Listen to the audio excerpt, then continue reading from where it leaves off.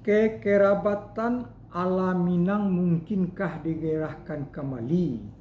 Lanjutan 3. Adapun pengertian membimbing disabui oleh seorang ahli filsafat pendidikan bahwa membimbing adalah suatu perbuatan manusia yang disengaja jadi mempunyai tujuan yang dilaksanakan terhadap suatu makhluk atau anak yang mempunyai hakikat, kemauan dan tujuan sendiri, diktat fil pendidikan Ikip Padang.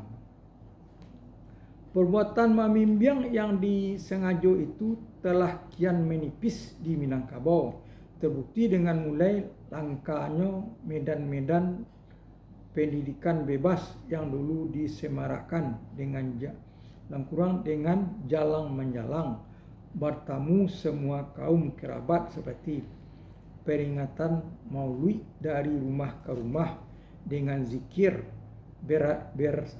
berasanji, upacara batagak rumah, menaiki rumah baru, batagak gala atau batagak pangulu, babuko puaso dengan ipabisan pako baki,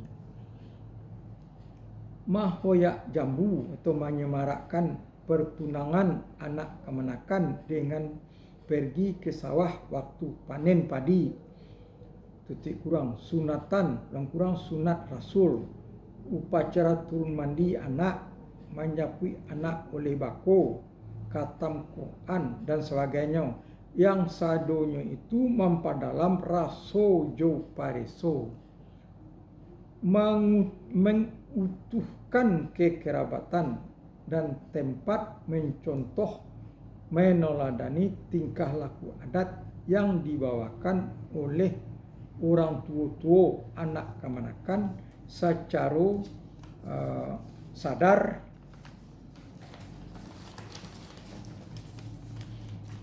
berbicara tentang niat.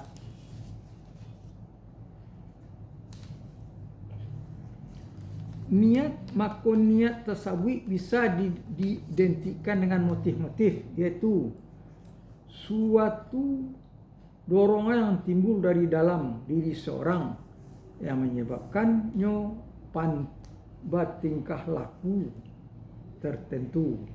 Para ahli psikologi berkesimpulan tentang motif bahwa motif adalah setiap kondisi atau keadaan seseorang atau suatu organisme yang menyebabkan kesiapan untuk memulai, atau suatu organisasi yang menyebabkan kesiapan untuk memulai atau melanjutkan suatu atau serangkaian tingkah laku atau perbuatan.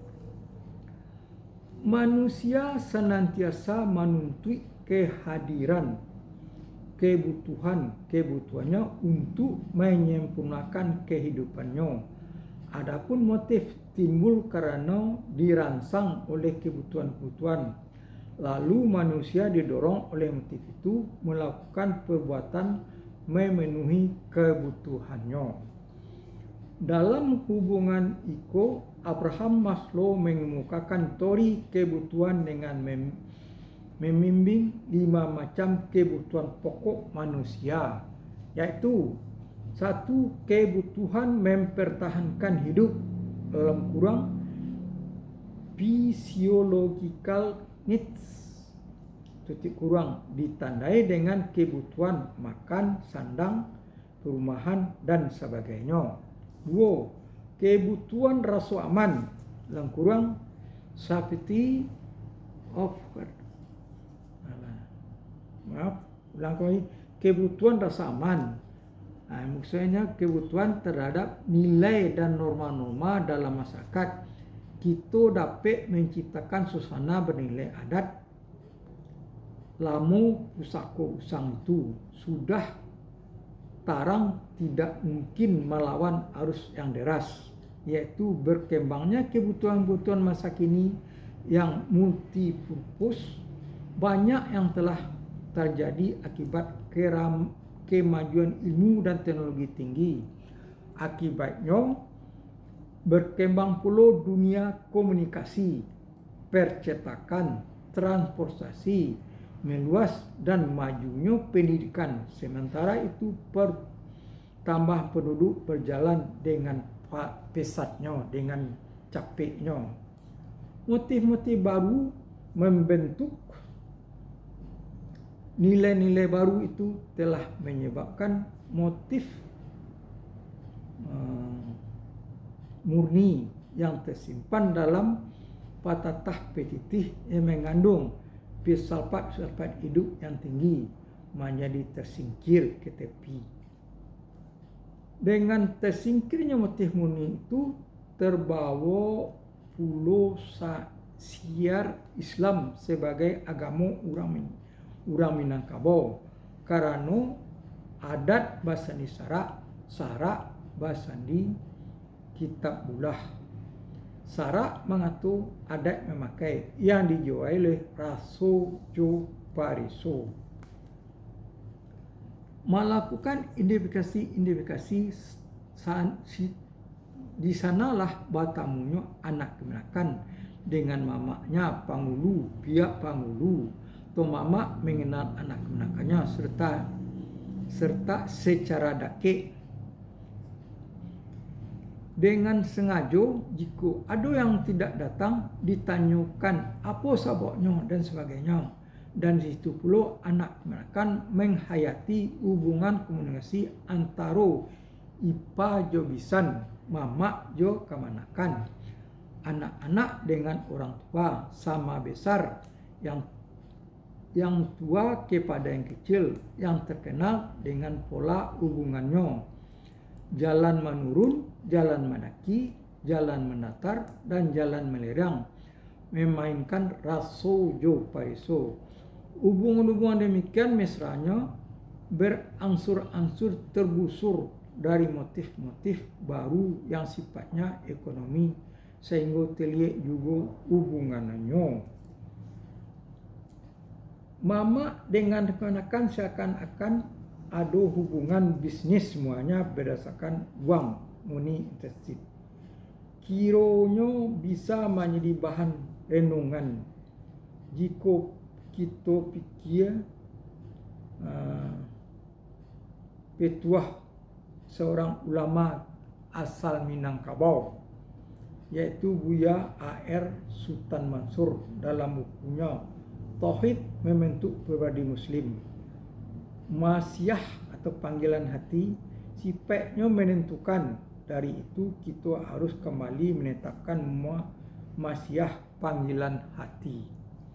Karena ialah yang menentukan nasib, menentukan kekuatan dan menjiwai usaha. Kalau masyah baik, akan baiklah usaha.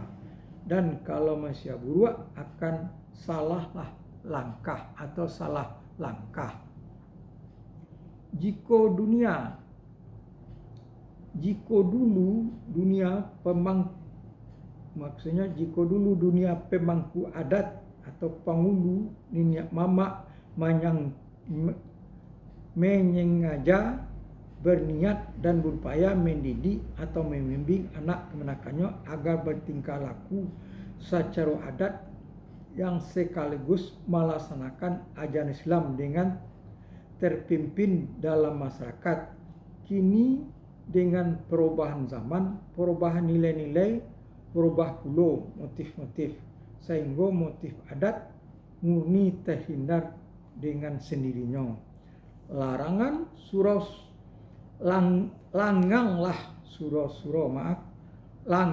surah-surah pelajaran Al-Quran yang dulu dilaksanakan secara informal atau non-informal kini secara formal saja. Era et labora